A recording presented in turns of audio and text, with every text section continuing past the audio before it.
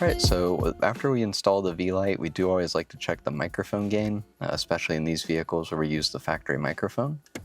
So we're going to go into the settings here, and then that'll actually be under controls. And at the bottom here, you can see it's set to 59 currently. Normally for our aftermarket microphones, we recommend that range, but in this case, we actually are using the factory microphone. So we want to turn that down a little bit, otherwise it's going to be a little too distorted.